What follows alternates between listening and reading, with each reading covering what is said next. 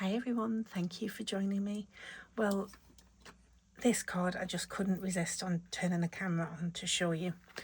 So this is going to be a box card. It's going to have a matching box for it.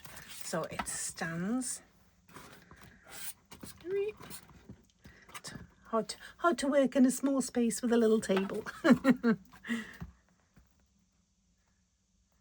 But this is using the Chrysanthemum and Clover Kit, and all of the papers that you see here, apart from the embossed, so all of the printed papers are included in the kit, and then obviously you get your toppers and all the usual elements that I put in the kits.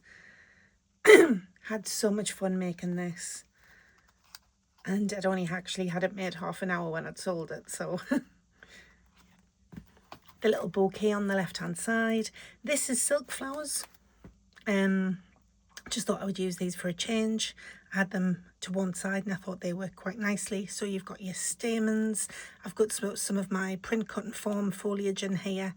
This is the holly leaves that I've literally cut as round leaves and made them into like a bay leaf. There's some die cut foliage in here, some gems, some gold mirror card foliage.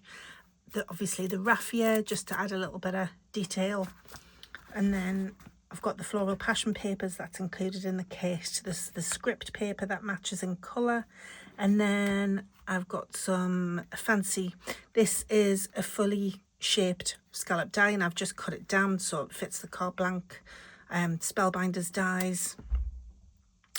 Hope you like it. I just thought I would show you it in a little bit more detail.